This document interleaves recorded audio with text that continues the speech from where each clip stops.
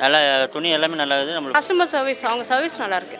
Price கொஞ்சம் அஃபோர்டபுளாக இருக்கும். கலெக்ஷன் வைஸுமே நல்லாயிருக்கும். Velavan stores, Usman road, T Nagar, Chennai மற்றும் தூத்துக்குடி. அவங்க நினைச்சிருந்தா இதையெல்லாம் எப்பவோ தடுத்துருக்கலாம். திடீர்னு இன்னைக்கு வந்து திடீர்னு நாங்கள் வந்து இந்த மலை மேலே விளக்கு ஏற்றுவோம் இது அப்படிங்கிறது ஒற்றுமையாக இருக்கிற தமிழ் சமூகத்துக்குள்ள ஒரு பிளவை ஏற்படுத்துகிறத தான் நான் அதை பார்க்குறேன். இது ரொம்ப தமிழர்களுக்கு இறை வழிபாட்டை சொல்லி கொடுக்கறதுக்கு வர்றது தான் சிரிப்பா இருக்கு. எங்களுக்கு எப்படி சாமி முன்ன எப்படி விளக்கேற்றணும், கடவுளை கடன் கொடுத்த ஒரு இனத்துக்கிட்ட வந்து எப்படி வழிபடணும், எது எப்படி இது பண்ணணுங்கிறத வேடிக்கையா இருக்கு.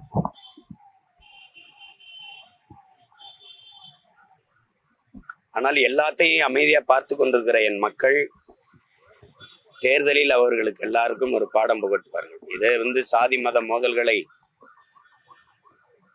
உங்களுக்கு தெரியும். புரட்சியாளர் அம்பேத்கருடைய நினைவு தினத்தை அன்னைக்கு பாபர் மசூதி இடிக்க வேண்டிய தேவையா வந்தது. தாழ்த்தப்பட்ட மக்கள் எழுச்சி உருகிற அந்த எழுச்சி நாளை வந்து சிதைக்கணும். அதை வேற நோக்கம் இருக்குது. நீங்க இந்த நாள்ல வந்து நீங்க பாத்தீங்கன்னா எல்லா இடங்களிலேயும் நெருக்கடி இருக்கும். சோதனை, தேவையற்ற சோதனை, தேவையில்லாத சோதனை, விண்ணூர்தி நிலையம், தொடர்வண்டி நிலையம், இரவு பகல் எல்லாம். அப்ப என்னன்னா மக்களின் நடமாட்டத்தை குறைக்கணும், வெறும் எழுச்சியில குவிவதை குறைக்கணும், தடுக்கணும். அதை தவிர வேற நோக்கம் என்ன இருக்கு? அப்ப அமைதியா இருக்கிற மக்கள் எழுச்சி வரக்கூடாது. அந்த மக்களை வந்து சட்டப்படி குற்ற நாளாக ஆக்கணும். அது தவிர இது என்ன இருக்குது இதுல? அதே மாதிரி ஒரு வேலையை தான் இதை பாக்குறது. தேவையற்றது இது. வழியே வருகிற வழிபாட்டை திருவண்ணாமலையில வந்து தீபம் ஏற்றுறதை யாரும் போய் எதுவும் சொன்னாங்களா? யாரும் சொன்னாங்களா? வழியே வர்ற மரபை போற்றுகிறாங்க. இந்த மக்கள் எல்லாரும் கொண்டாடுறாங்க. திடீர்னு வந்து ஒருத்தர் வந்து நான் போராடுவேன், அதுக்கு மாண்புமிக்க நீதி வந்து இப்படி ஒரு தீர்ப்பை கொடுத்து போய் ஏற்றுங்கள்னு சொல்றது எப்படி? ஒரு அமைதியா இருக்கிற சமூகத்தை குலைக்கிறதுக்கான முயற்சியை மதிப்புமிக்க மாண்புமிக்க நீதி செய்யறதா வருத்தமா இருக்கு.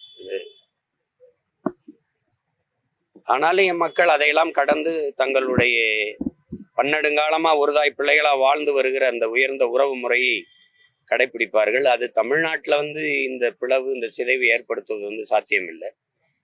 ஏற்கனவே வந்து இது நடந்திருக்கு, உங்களுக்கு தெரியும். கன்னியாகுமரியில வந்து ஒரே சமூகத்தில் இருக்கிறவங்களை இந்து கிறிஸ்தவர் என்று பிரிச்சு போட்டது, மற்றபடி இங்க இந்து இஸ்லாம் என்று பிரிச்சு போட்டது. தமிழ் தேசிய மக்களின் ஓர்மையில பெரிய எதிரியா இருக்கிறது சாதி மதம் தான், இந்த உணர்ச்சி தான்.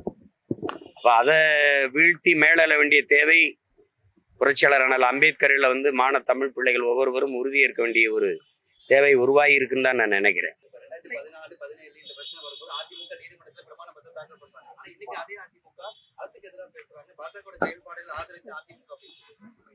நீங்க என்ன இப்படி ஒரு சிறுபிள்ளை மாதிரி அண்ணன் ஒரு கேள்வி கேட்கிற?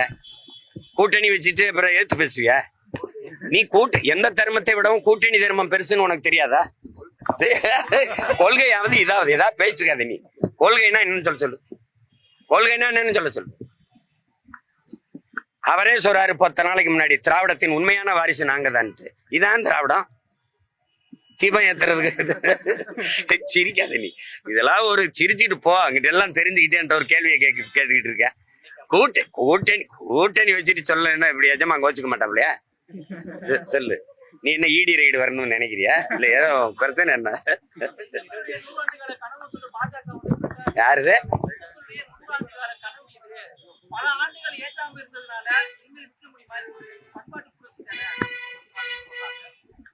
பல இந்துக்களுக்கு ஒருவேளை சோரே 100 ஆண்டுக்கு மேல கனவா இருக்கு.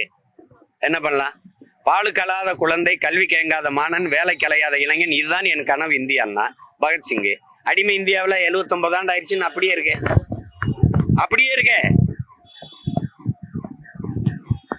இந்துக்கு ஒரு கனவு, இந்தியாவுக்கு ஒரு கனவு. இது எப்படி ஒரு ஆளுகிற ஒரு கட்சி ஒரு நாட்டுல இந்து மக்களின் ஒற்றுமைன்னு பேசுது? இந்துக்களுக்கு ஒரு கனவு இருக்குங்குது.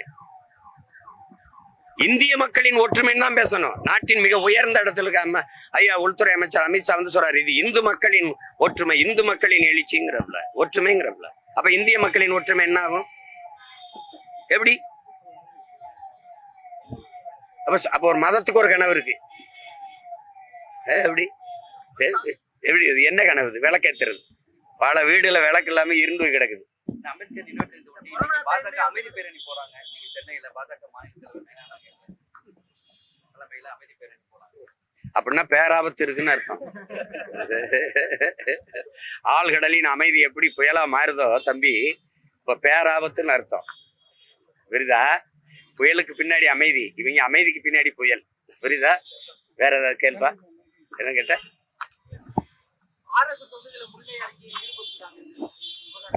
அவங்களுடைய வேலை எதுவோ அதை செய்யறாங்க, நம்மளுடைய வேலை எதுவோ அதை நம்ம செய்யறோம். பெரும்பான்மையான மக்கள் வந்து அதுக்கு, அதாவது இந்துக்களா கருதக்கூடிய மக்கள் வந்து அதுக்கு ஆதரவு தெரிவிக்கிறாங்க. இது ஒரு அசாதாரணமான சூழல் தானே ஏற்படும். யாரு விளக்கு ஏத்துற மரபு இருக்கிற இடத்துல, இப்ப திருவண்ணாமலையில விளக்கு ஏத்துறது யாரும் எதுக்குறாங்களா? திடீர்னு போய் ஒற்றுமையா இருந்து இருக்கிற மக்கள் இடத்துல திடீர்னு எங்க இருந்து ஆட்களை கூட்டிட்டு வந்து இந்த வேலையை செய்து விடுறது என்ன பண்றது? அந்த உணர்வுல இருக்கிறவங்க செய்வாங்க. இது எப்பவுமே இது ஆபத்தான உணர்ச்சி. சாதி மத உணர்ச்சி வந்து எப்பவுமே ஆபத்தான உணர்ச்சி. அதான் திரும்ப திரும்ப நம்ம முன்னோர்கள் சொல்றாங்க. இந்த சாராயம்லாம் அந்த மற்ற திறப்பொருளான இருக்கிற திடவ பொருளா இருக்கிற இந்த கஞ்சா இதெல்லாம் குடிச்சாத்தான், நாக்கில் தொட்டு வச்சாத்தான். ஆனால் சாதி மதமும் சொன்னவனே போதை ஏறிடுங்கிறாங்க. அது பெரும் போதை. அது அந்த போதை வந்து மற்ற போதையெல்லாம் படுத்து எந்திரிச்சா தெளிஞ்சிடும். ஆனா அந்த சாதி மத போதை ஏறிச்சுன்னா செத்து பாடையில போனாலும் இறங்காது. அதான் இங்க இருக்கிற சிக்கல். கோர்ட் வந்து விளக்கேற்றலாம் சொல்லி உத்தரவு கொடுத்தாங்க. அவங்க நாங்க அமைதியா போய் ஏற்றிட்டு நாங்க பாட்டில் வந்திருக்கோம். இந்த அரசு தான் வந்து அசாதாரணமான சூழ்நிலை ஏற்படுத்தி நெருக்கடி கொடுக்குறாங்க, பதற்றநிலையை உருவாக்குறது திமுக அரசு. நாட்டை நிர்வகிக்கிறது அரசு மறுக்கும் போது கோர்ட்டு, நாட்டை நிர்வகிக்கிறது நீதிமன்றமா சட்டமன்றமா அரசா? எல்லாவற்றையும் நீதிமன்றம் சொல்லுதுன்னா ஒரு அசம்பாவிதமான ஒரு சூழல் வந்துருச்சு, ஒரு பெரிய கலவரம் வந்துருச்சு, பொறுப்பு அரசு இருக்கணுமா நீதிமன்றம் இருக்குமா? கேட்கறது பதில். நீதிமன்றம் ஏற்குமா? உட்கார்ந்துட்டு இதை செய்யு அதை செய்யு, நீட்டு எழுது, மதுக்கடை, அதுக்கு அரசின் கொள்கை முடிவு, அதை மூட முடியாது. இது இந்த மாதிரியான போக்கு இது எப்படி?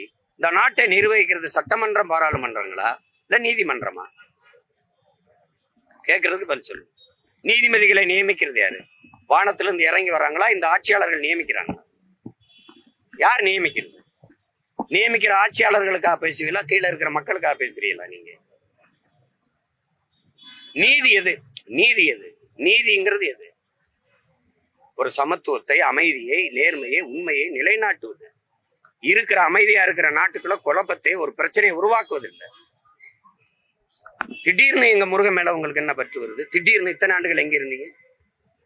எங்க இருந்தீங்க? ஏன்னா உங்க ராமருக்கு மார்க்கெட்டு போயிடுச்சு. அங்க வந்து பூரி ஜெகநாதர் எடுத்தீங்க, அங்க ஐயப்பனை எடுத்து பார்த்தீங்க, இப்ப இங்க முருகனை தொட்டு பாக்குறீங்க. வேற என்ன? உங்களுக்கு முருகனுக்கு என்ன சம்பந்தம் இருக்குது? சொல்லுங்க, என்ன சம்பந்தம்? ஏன்னா ராமருக்கு அங்க மதிப்பு இல்லாம போயிட்டு கோயில கட்டிட்டீங்க, அந்த பிரச்சனை முற்றுப்பட்டுருச்சு. அங்க அகிலேஷ் அயோத்தியிலேயே ஒரு தாழ்த்தப்பட்ட ஒருவனை பொது தொகுதியில நிறுத்தி உங்களை தோக்கடிச்சுட்டா. அங்க செத்துருச்சு, அங்க செத்துருச்சு, அங்க முடிஞ்சு. அதுக்கப்புறம் மாநிலத்துக்கு இருக்கிற ஒவ்வொருத்தனும் எவன் பெரிய மதிப்பு வச்சிருக்க அந்த இறை இருக்கோ அந்த நம்பிக்கை தூக்குறீங்க. நீங்க அவமானப்படுத்தியதாக பல்வேறு அமைப்புகள் வந்து போராட்டம் பண்ணாங்கன்னா அரசு வந்து இன்னும் நடவடிக்கை எடுக்கல.